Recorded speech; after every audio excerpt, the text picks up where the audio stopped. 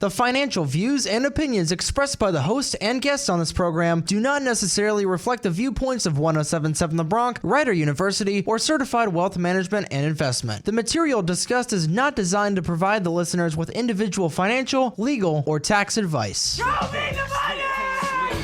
Where's my money, man? Here comes the money! Here we go. It's time to grow your bank as 1077 The Bronx presents Master Your Finances with Kurt Baker, a certified financial planner professional with certified wealth management and investment. Kurt and his team of financial guests will help you turn those singles into seas of green and plan your financial future accordingly. Now here's your money managing host for the hour, Kurt Baker. You want to gain a new perspective on health and wellness?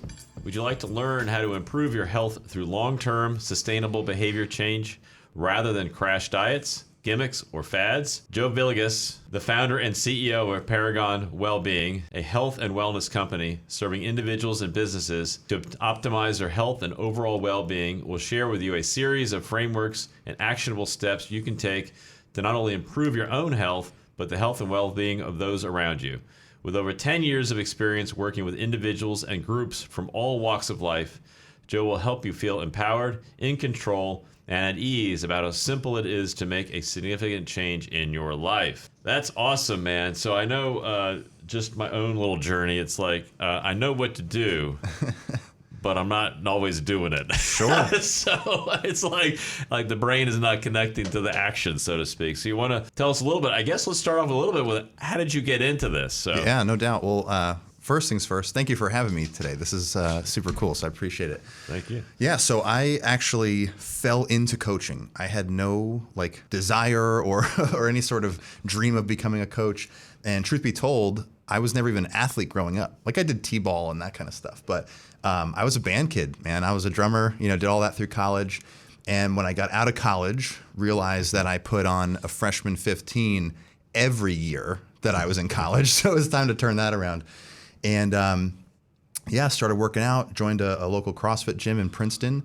And the owner approached me and just said, hey, man, he's like, you're here all the time. People seem to like you a lot. And I need coaches. Would you be interested in getting certified? And I just jumped at the opportunity. I was like, absolutely, would love to.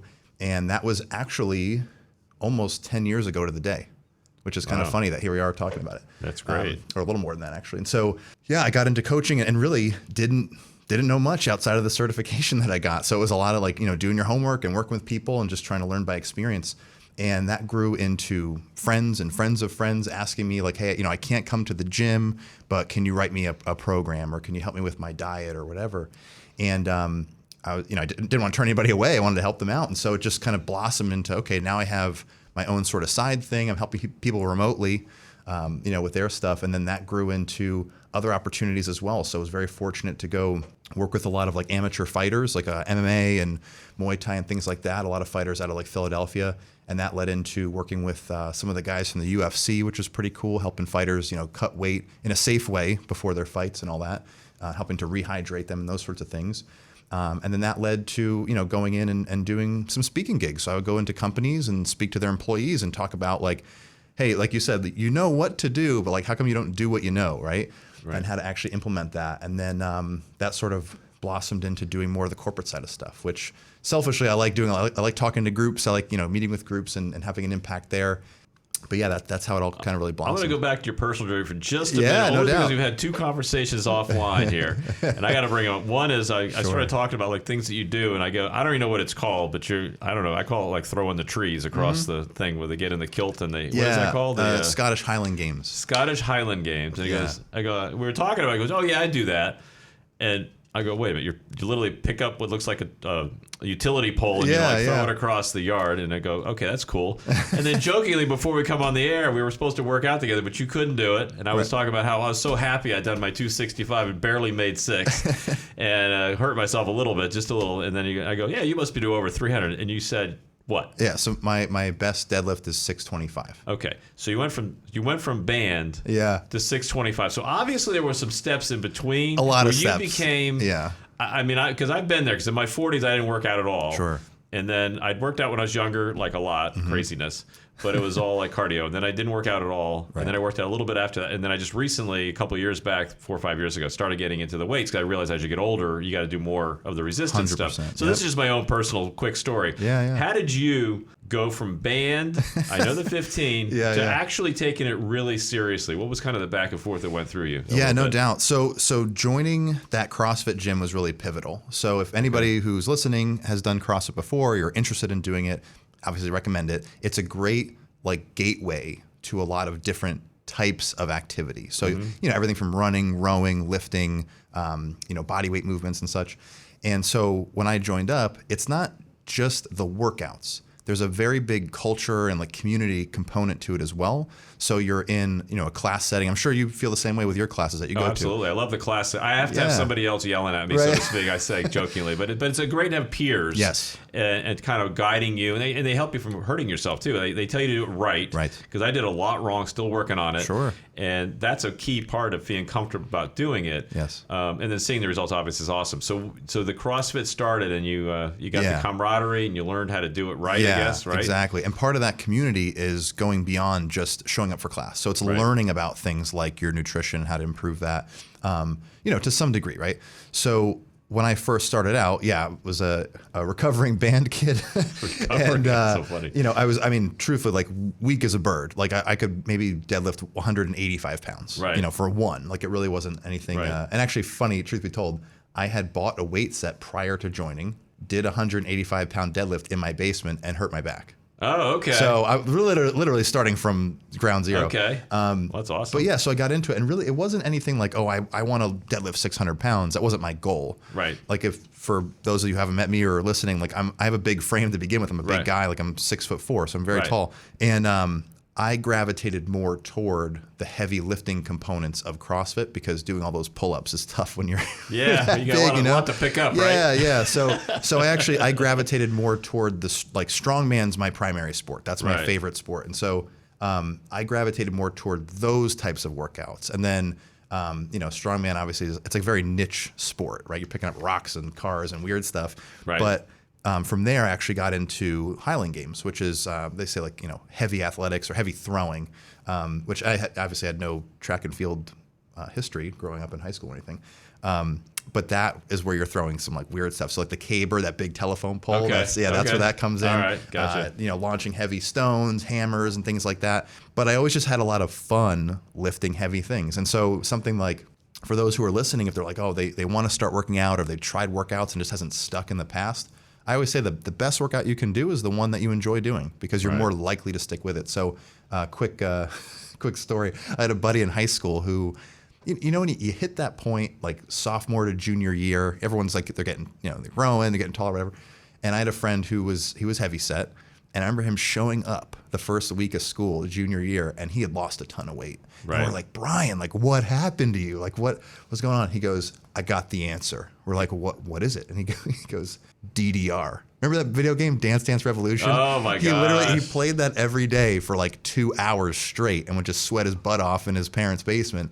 And that's how he lost the weight. And we're like, when I think back on it, I'm like, yeah, that was the answer for him because he liked it and he stuck with it and he did it every day for 2 hours. Right. You know what I mean? So for me, does running a marathon get me excited? Not in the least. But if you say, hey, we're going to go deadlift or we're going to bench press or whatever, I'm like, I'm game. Let's rock and roll. So that appeals to me. So I got, to wrap it up, I got to that point of deadlifting that much because I just enjoyed it. And I'm just willing to do it all the time, basically. Okay, that's awesome. So really, when you're working out, it's key to find out what you like. Yes. And you have all that history where you develop it into a profession now. So let's touch on that a little bit, right? So once you got it down, you're obviously motivated, you became a coach, you started training other people. Yep. So then what? Kind of take us past that a little bit. Yeah. So in the CrossFit stuff, I was there coaching at least 3 nights a week, weekends, that whole thing, and it's all class based for the most part, which I really enjoyed because you're kind of in the front of the room and you're sort of performing in a way. Like these people, they get off work, they're tired, they maybe they want to be there, but maybe they're not that bad. They might want to go home and just relax. Right. And it's up to you to kind of bring the fire a little bit and put it back into them. And I always use the analogy of it's sort of like the Santa Claus analogy, right? Like when you first start training, it's like you're a little kid and Santa's I don't spoil it for anybody listening, but Santa's real exciting, whatever. Right. Yep, and then eventually, like as you get older, you're kind of like, oh, you don't maybe so believe in it so much anymore. But then when you become the parent, right, you have to instill the magic again. And that's kind of how I always approached coaching was, okay, all right, I'm running this class. There's some people who they look like they want to be here, and some people who obviously look like they maybe don't want to be here right now, like they have other things going on. And so I always felt like it was up to me to sort of like make Santa real again and bring the magic and excite them about the class and get them into it. So I really enjoyed that aspect of it. But like I said, I had friends and family and whoever else who were asking me to help them outside of the gym. They couldn't make it or they didn't live near Princeton or what have you. And so that's when I started doing more of like the online training piece, which is my entire company now is online. Like we don't have a brick and mortar location. We do it fully remote, through our app and all that stuff.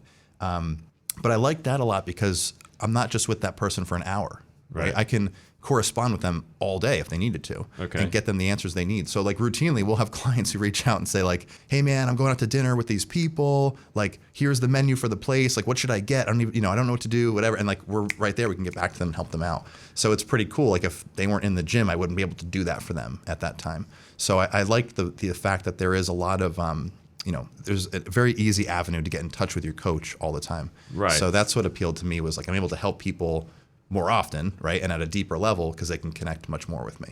Well, that's really awesome. We're going to take a quick break here, and we come back, we'll talk a little bit more about this. You're listening to Master Your Finances. Yeah, you've got loads of money, but it's all about how you manage it. Let's get back to learning how to grow your green with Kurt Baker of Certified Wealth Management and Investment, only on Master Your Finances. Welcome back. You're listening to Master Your Finance here with Joseph. We're talking about really just being healthier and doing what works for you. And I think that's a real key that I know I've found in my life because when I was younger, I loved to swim and I still like it, but I enjoy the class. I enjoy working out with other people. So I like the camaraderie of getting together. So it's really about that. And if you get tired of one thing, you switch it up. Yep.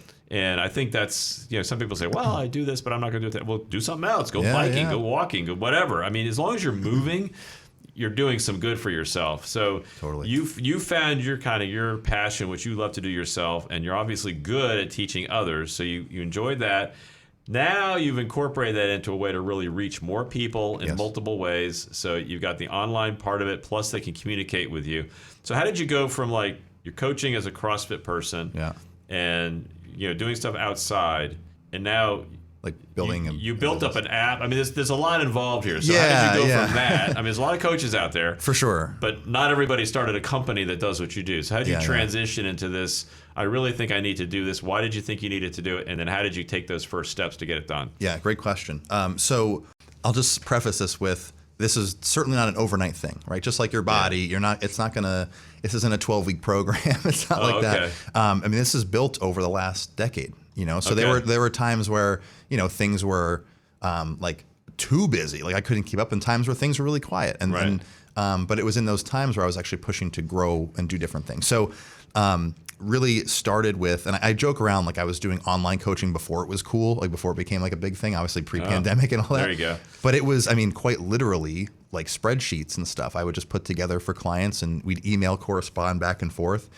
And that was how I did it for a long time. And those folks, they'd just have my number and they would just text me, and I had my little schedule in the day, and I'd stay on top of them and keep up. And it actually wasn't until just before the pandemic, like 2019, where I had done a series of talks with companies. So like I had a couple clients who were, more like higher power individuals, at different companies and such. And they asked me to come in and do talks. And I asked myself the question, I said, it's really fun to do the one-on-one thing, to coach folks individually online. That's great. I was like, but I like doing like the talks and the seminars, and I'd love to be around longer than just an hour and help these people. And oftentimes when I go do these things, I'll just hang out until they get their questions answered, and make sure they get what they need. But I'm like, how could we set up a program where like an employee can just hop on and just follow along and like get the help they need and ask a real coach and that kind of thing. So that's what led into the technology piece of it. It's like, there's no way I could do that myself with a super large group. Right. And I had at the time a couple coaches that were sort of contracted out with me. They were working for me. And they thought it was like the coolest idea ever. So, I started doing some homework and some research, and Like we have our app now, but that was, I mean, multiple iterations. Okay, I get it. So it's like there are apps out there that trainers use for sure, and some of them have they all have their pros and cons, and some of them are better suited for the one-to-one thing. Some are better suited for the group thing, but we do both. So it's how do you actually handle both? And there was a period of time where we were working with a company that basically, it's like they give you the Lego pieces to build the app, and you just put them where you need them, and then you try and go from there. And that was like, I mean, a lot of late nights and early mornings trying to figure that out. And eventually we just— You're not a programmer too? No. Okay. My brother. That's my brother. Okay. He's the programmer. He's the smart one. But basically, we ended up scrapping it all after like a year and a half of like okay, it does 7 out of 10 things, but these other 3 are really important. We just scrapped it. Or like, you eventually got to know when to pivot. And that was something where, I needed that input from my team to say, hey, like, this isn't really cutting it for us. We got to ditch this thing. Okay. So we scrapped it and moved on to a different platform. We paired up with a gentleman down in Florida. I randomly came across him online. I just like found his website and we started talking. Yeah. And it's just like this conversation now, right? Like I met you because I went to a chamber event and all these things. And I'm always fascinated with who you meet along the way in your journey and like the role they might play in your life. I'm just like fascinated by that. So Chris is the guy's name. And so we got together and he basically was able to like white label his entire platform for us and do this whole entire thing. And it's perfectly suited for what our needs are and how we handle individuals and groups. And so it wasn't like I woke up one morning and had this amazing idea for an app and then put it together. It was lots of time put into apps that didn't quite make the cut, and then pivoting and all of a sudden this popped up and it worked out. So I'm a big believer in like, if you're listening to this and you have a dream and you have something you're iterating on, you're playing around with, like you got to go out and swing the bat. Like those cool opportunities only come up when you're out there playing. You're not going to get it just meditating on top of a mountain, and you're not going to get it sitting still. Like you have to be out there playing the game, and that's what turned up for us. So I know it's the question is kind of loaded. Like I could be here all day talking about it. No, it's cool. One thing I keep hearing, you just said it, was that essentially a lot of people think I don't want to start doing this project because I don't know all the answers. Yeah. So as long as you can start something that makes some sense. Yeah. The networking on the way is getting exposure, because what happens is when you get exposure to whatever it is you do, my business is the same way. Yes. You get feedback and you get suggestions. As long as you're communicating with people and you're listening to what they tell you. Right. Then you can keep modifying, and before you know it, you're pretty darn good at what you do, because your customer base and the people you meet along the way are assisting you because they want to assist you, because they want you to succeed. Because if I'm on the other end and I want the app, I'm going to tell you, hey, look, this is all good, but this is not. And if you listen to them and try to figure out a way, if that seems to be a consensus, to solve it, eventually everybody's going to stick with you because they like that kind of thing. And then because you met one of your clients was a corporate person. So that was having a good relationship with your clients. Connect you to the corporations. And then you went out and found the app wasn't working. You realized that. You recognized it wasn't solving it. And then you found this other person. Chris worked out well. So that's amazing. But yeah, the networking aspect in life is just huge. Whether you work for a corporation or whether you're an entrepreneur, networking is number one. Right. So anyway, I just thought I'd touch that. No, on it's a great. That's an point. Amazing part of like being successful. Definitely. The more people you know, the more you're going to get done. Yeah, like they say, like your net worth is your network, right? Or vice versa, right? So, it's true. But another point to what you said, Kurt, was don't get so wrapped up in the how. Like people worry about like, how am I going to do this? How am I going to do that? Like the how is really none of your business. You know what I mean? Like because things are going to pop up into your frame of reference that you couldn't predict. I'm not even gonna attempt to quote it because I'll mess it up. But Steve Jobs has a good quote about like connecting the dots, behind you, but like, you just have to have faith going forward, basically. So you guys can. I remember Google it. I found out that he was never a programmer. No, I didn't know that until years after he was successful. And I go, what do you mean? I just assumed he sat in his basement was programming this stuff. I did too. I go, he didn't know anything about it. All he knew was he knew what people wanted before they knew what they wanted. Right. And he found the people that actually build it. 100%. And I was like, well, that makes a lot of sense when you think about it, but I just assumed he was a tech guy. No, Richard Branson's the same way. Like he always says, he's like, I'm not the smartest guy, and if I am, I'm in the wrong room. Right? You got to bring in the right people. Well, I just saw one. He goes, I've been an entrepreneur for entrepreneurship. I've been involved in for, I don't know, whatever, 40, 50 years now, and I still have a hard time pronouncing it. Right. Like, I can't even spell it, so it's like you're fine. I was like that sounds like him, right? But the idea is you just go. Right. And if you get the right people along the way, they're going to help you realize what your vision is, right? Yeah, exactly. And so I think that's kind of some of the fun in it, right? And it's tough because a lot of people cling to certainty. Like they like to know like how things are going to play out, whatever. But like imagine if you knew every single thing that was going to happen every minute of the day, you'd be bored out of your mind. Sure. So when I look at this sort of like entrepreneur journey, like there's adventure ahead, and I'm going to meet cool people, and I'm going to, run into problems, and like that's all part of that river of life. Like you have to be okay with the bends in the river, and you just got to kind of go with it. Right. And so it took me a long time to like get comfortable with it. And there's certainly times where I need to remind myself to get comfortable with it. But the more I do, I find I notice like these really cool things that pop up that I would have missed had I been so concerned with it must go my way and it must be the way that I planned it. Like your plan doesn't really matter because something better could come along. So are you going to stick to your plan when a better opportunity shows up? Right. Probably not. So it should, there should be some flexibility there. You absolutely have to be flexible and stay ahead of the curve, so to speak. So now that you got your app, now you got your white label app from Chris, you got it done. Yeah. So now what happened next at that point? Yeah. So that happened, and then really it's like we've talked before is the push to just get in front of more eyeballs, right? And so like we have basically a campaign now where, and this is I guess for anybody listening, if you're working at your company or you run a company and you would like us to come in and just do a free seminar, like we're doing free seminars for groups.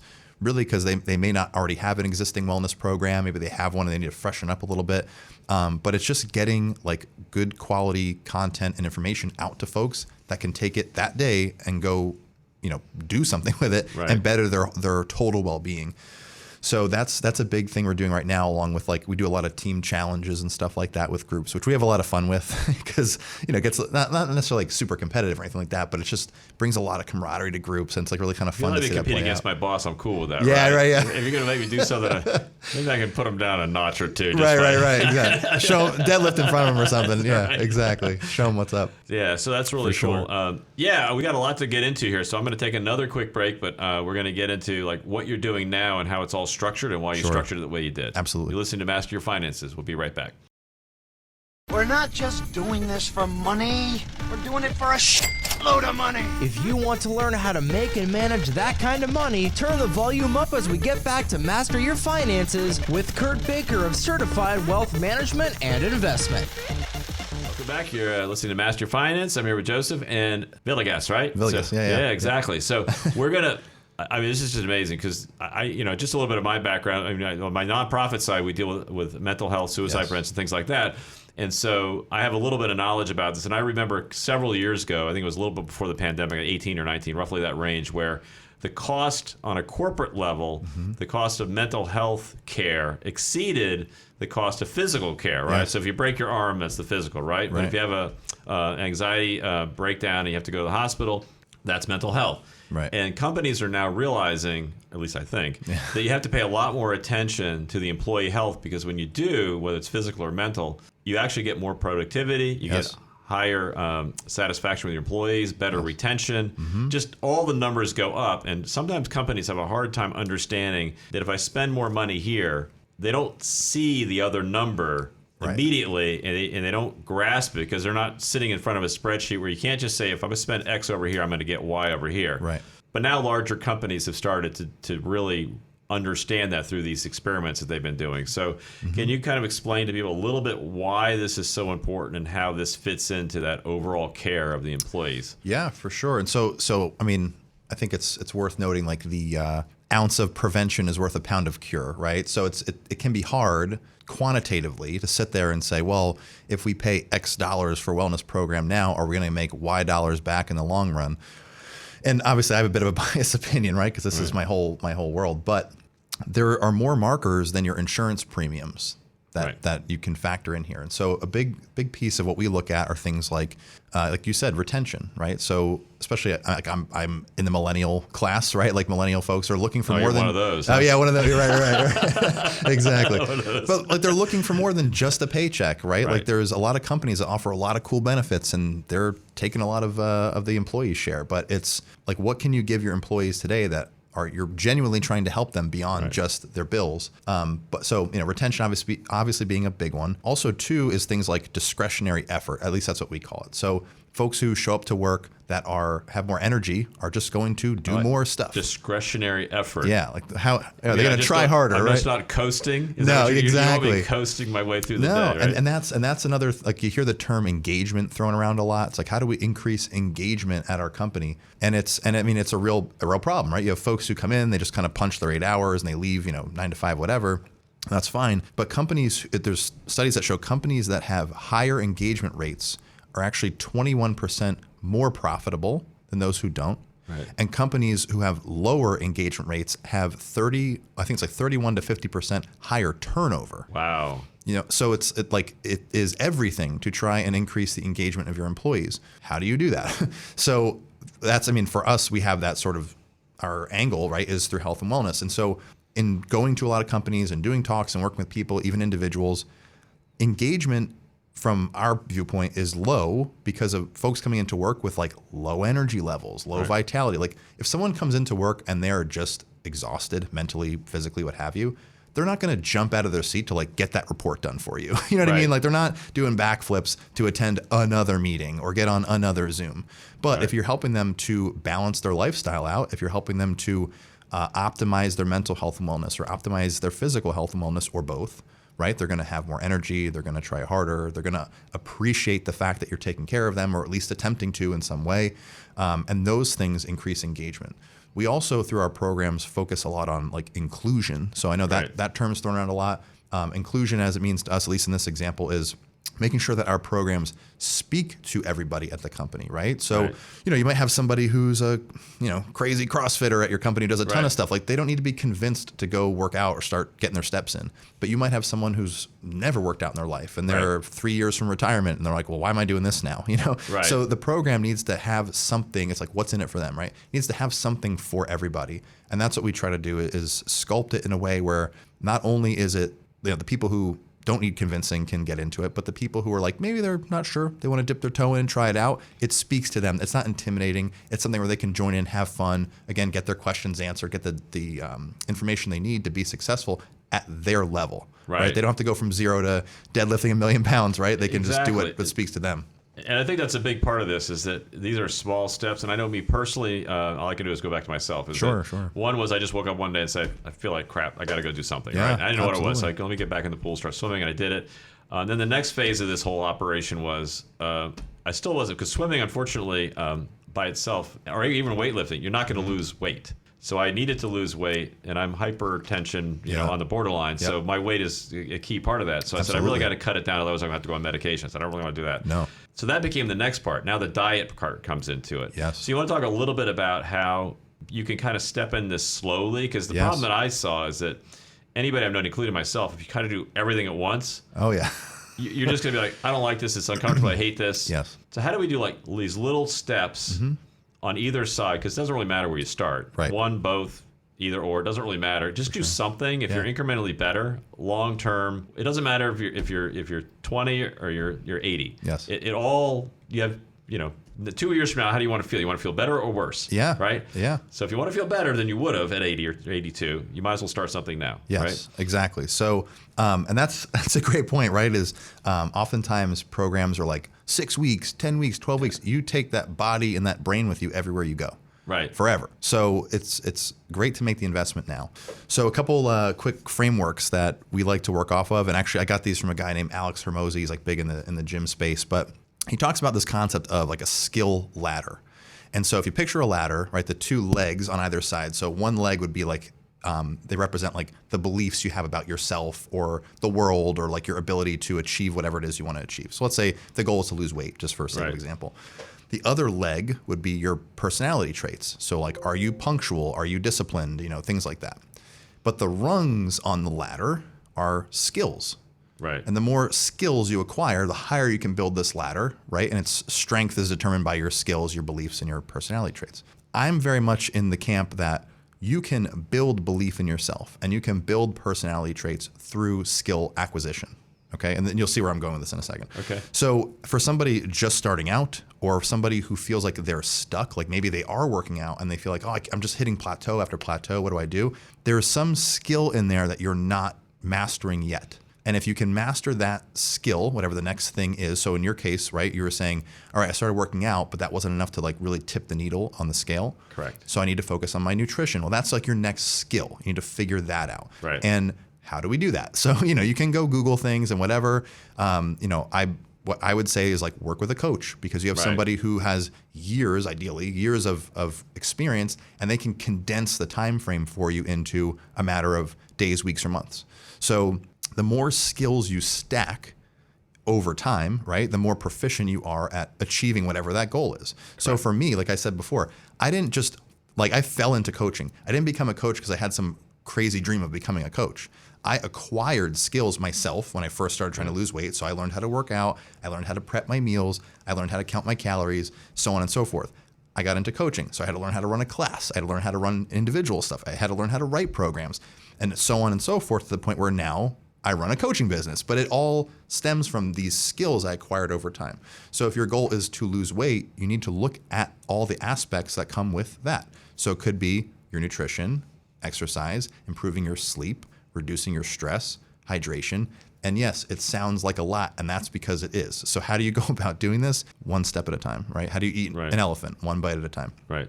So in this case, what I typically focus on with folks first is their food. Okay. Is their nutrition, because you're going to be eating regardless. Like you might work out, you might not work out. Let's hope so. Yeah, right. And like food is usually the biggest one that we need to work with. Like even like psychologically, it can be very challenging to curb that. But even, truth be told, every seminar I go and do, the first two things we always talk about are sleep and getting your blood work done. So you understand like what's going on under the hood. And then we get into food for a good portion of it, so that folks understand like, it's not the diets that you're picking that are going to be the answer for you. There's underlying principles that those diets adhere by. And that's the reason you're losing weight. So like any diet could work, as long as you stick with it. And when it stops working, you're violating some of these nutrition principles. We probably don't have a ton of time to get into all of it on here. Right. Maybe we can, but a little bit. Once you understand those principles, then you can get into understand like, all right, what do I need to do by playing by the rules that works for me? So some folks might, they might say, oh, I want to weigh and measure everything. I want to do this, I want to do that. But their brain isn't ready to handle all of those things at once. Like you were saying, like you could do all these 50 things at once, like the New Year's resolution folks, right? I'm going to do it all on January 2nd. When I'm done being hungover, I'm going to get after it. But your brain is not it's not ready yet to handle all that at once. So just pick one thing. So for instance, this is an example for the listeners, a habit that we actually focus on with folks first, a lot of the time, especially if they're newer, is to try eating slowly. Yeah. Just eat slower. Like how many people listening when they're eating, they'll just eat an entire snack during a commercial break of a TV show or something. You know what I mean? Like they'll just like chow down because maybe they're in a rush, maybe they're busy, whatever the case is. But when you slow down, you're much more mindful about what you're eating. You start to ask yourself, like, do I really need to have this entire plate right now? Or actually, I'm starting to feel full. I don't need to finish this because I feel satisfied. Because it takes several minutes from the time you actually put it in your system, and you actually know it, and your stomach realizes. Because one of the things I've heard over the years is you put your fork down between each bite. You just wait a second, take a breath or two, and before you know it, instead of like eating it in 3 minutes, it might take you 10 or whatever, right? So, but during that period of time, you might get full at minute 7 or 8. 100%. And you're like, that's enough, and then to know to stop, right? It's right. It's okay to take the rest home. Like the old clean your plate thing. I grew up in that howsehold. Yeah, a lot of us did. It's like, I fed it. There it is. There are people starving overseas somewhere. Right. Like okay. Like, well, what? How's that going to help them? Yeah, I can't deliver this to So. Yeah, so that's awesome. You're listening to Master Your Finance. We're going to take another quick break. Do you want to prevent this from happening to you? And it's gone. It's all gone. Listen closely as we now return to Master Your Finances with Kurt Baker of Certified Wealth Management and Investment. Welcome back. You're listening to Master Your Finance. I'm here with Joe. And yeah, this is cool stuff because I've kind of gone this journey myself. So I really think this is really important. The different traits that you want to make sure that people learn. And I think part of this, at least for me, was not to put too rigid of a time frame on it. Yes. And if you slip a little, that's okay, as long as you kind of stay the course. It's kind of like you're on a boat. Yep. If the current takes you a little bit off to the side, as long as you kind of keep that goal and you have that place on your radar where you want to head to, you can just recorrect.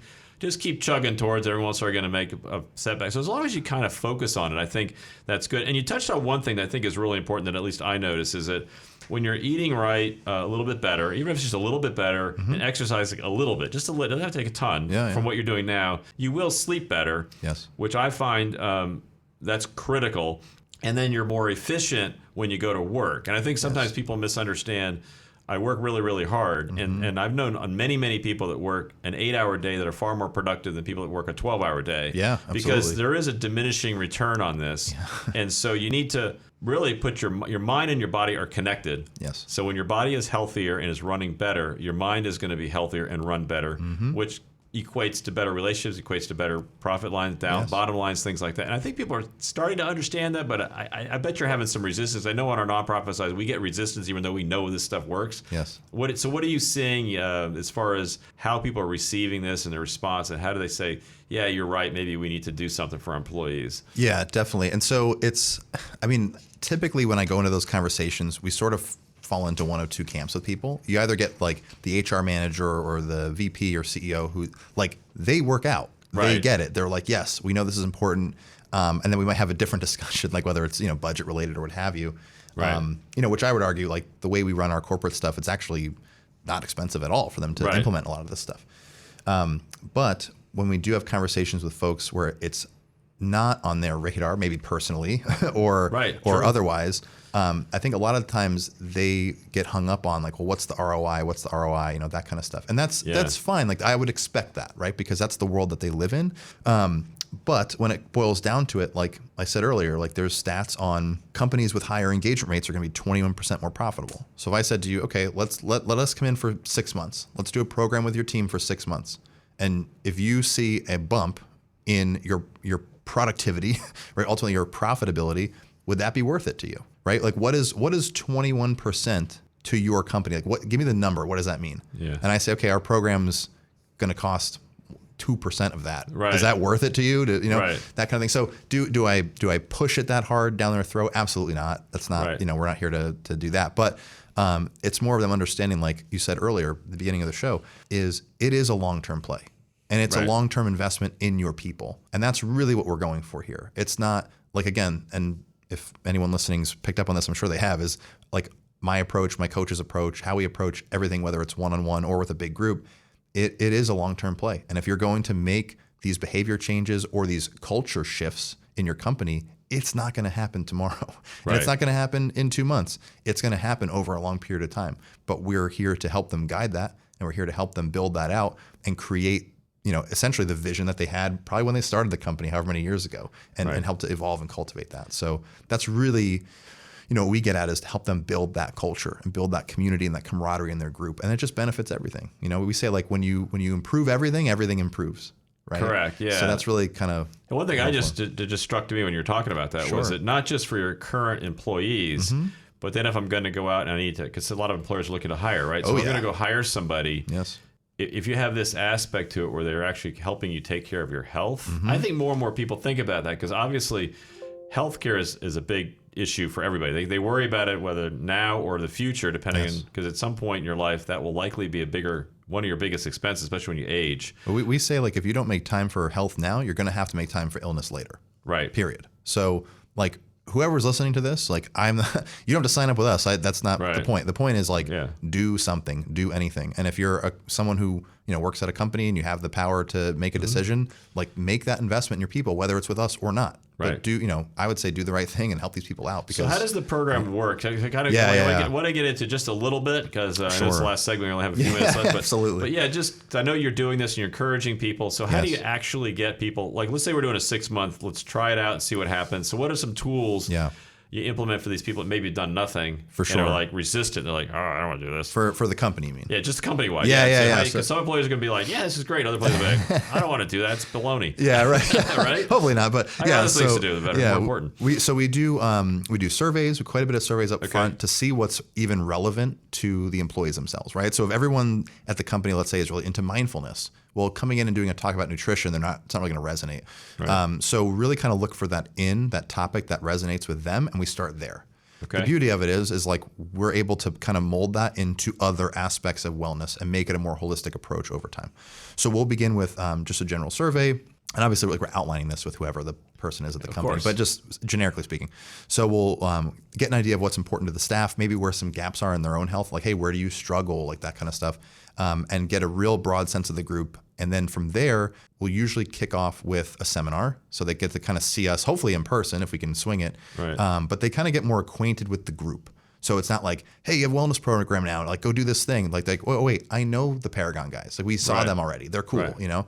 So that's kind of like our icebreakers. We'll come in and do a talk about that relevant topic, get them excited. Then from there, we usually we'll at the end of the seminar, we'll announce, hey, we're going to do a 21-day or a 30-day challenge with you guys. Here's how it's going to work. They get the rundown. So it's a way to kind of like bring us in. It's not threatening to the group, right? It's like a fun new event. Hey, we're going to do this challenge to kick it off, get as many people into it as we can. And then once that challenge is done, if the company decides to go beyond that, we have like our continuity program. So every month they're getting fresh content. Essentially in our app, when you hop into it, each employee is going to have, you know, a little habit or two to do each day. It's stuff where they can literally hop on at any point in time. They can hop on the train or off the train whenever they want, Right. but they can hop on and just follow along, and it's going to help them to optimize their overall health and wellness. So then throughout the year, we'll run other webinars, other little challenges and stuff like that. But that's generally how it's structured. It's sort of like a couple cool big events up front to like really get them going. And then they're on the longer program where they still get those events and they have fun. But it's something like a good, big, strong kickoff to get that engagement and really drive it while they're really excited in the beginning. And then we try to keep that going. So how do you get them excited? You keep saying they're getting excited. So you can you describe like maybe what you do to get, because I'm thinking of like, cause I know a lot of people like this. They're like, you know, I don't really want to do this. Sure. Oh yeah. I mean, you got to kind of get them to buy in. Yeah. Something they really probably haven't done either ever or for a while at least. Yeah. So some of the things we do there is we're very big on communication with the users. So it's everything from, obviously emails and whatever. But one of the aspects we have with our technology in the app is a company group. So think of it kind of like a Facebook group, like a Facebook feed of just your company. So it might say, you know, Sarah did a 20-minute walk or Joe did a 10-minute meditation or whatever. And you can like comment and like and high five and do all these cool things to kind of build the camaraderie. So we do get folks who are like, hey, at first I wasn't so sure about this thing, but it's pretty cool. You know, they convert down the road. But on top of that, your own virtual water cooler. Kind of, yeah, exactly. And then what I think really differentiates us is the company is paired with their own coach. So there's an actual human being on the other side who reaches out proactively, and they'll say, "Hey, Kurt, like, you know, saw you did the 10-minute walk yesterday. That's really great. How'd it feel? How are you doing? Do you have any questions?" And they interact with the staff. So you get people who are like, you know, every once in a while, because we can track all the like the compliance and who's participating, who's not, and we found like you get those folks who they'll do the activities, but they're not going to go and post. They're not going to participate out loud.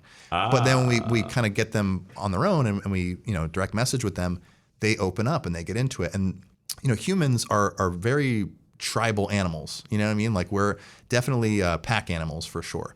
So as the group gets more into it and gets more engaged, they actually tend to pull people in with them because everybody's doing it, right? Like if you're in a room of 100 people and 99 of them walk out, like you're going to follow wherever they're going. You know what I mean? They're not just going to stand there and like, see what's going on. So that's kind of part of it too, is like if we can get sort of that tipping point, like, you know, 30% or so like into it, generally speaking, you're going to pull in a lot more people than that. And we have like really, really strong engagement rates. So a typical wellness program at a company might be like 15% participation, 20%. Routinely in our challenges, we get over 50. You average about 60, 65%. We've had groups up around 90%, which is insane. To do anything, you can't get 90% of everybody to do anything. No, and so, but we do, and some of it's how the challenge is structured and how we incentivize the group and that kind of stuff. But we find like once those folks who maybe were skeptical in the beginning do it a little bit and they participate and they have some fun, it's a lot easier to bring them onto the longer term program to go from there. Now they've tasted the food. You know what I mean? Like they've had some fun, they've enjoyed it, they've done it with their peers, they see it's pretty cool, and they want to continue beyond that. So once they get into it initially, now you got them on board, you got up to 90%, I mean 30%, 50%, all those are great numbers. I just know that. So how do you keep them motivated long term? Because I mean, this is not a 21 or 30-day process. Yeah. This is a forever process. 100%. That we need to get into. Great question. So we have kind of like our evolving calendar throughout the year of, we'll focus on certain topics. Like we like to use like the World Health topics. So like, January is Heart Health Month and things like that, just to bring awareness to certain topics, keep some variety in there. But what's cool is employees can actually work with a coach beyond just the corporate program. So because like I said, we have that one-on-one aspect. So if they decide, hey, I do need a little more help with my nutrition, or, I'm struggling with stress and I want to kind of figure that out, they can literally just direct message the company coach and we'll work with them to get signed up, and they can go get that personal attention and care beyond just the regular program.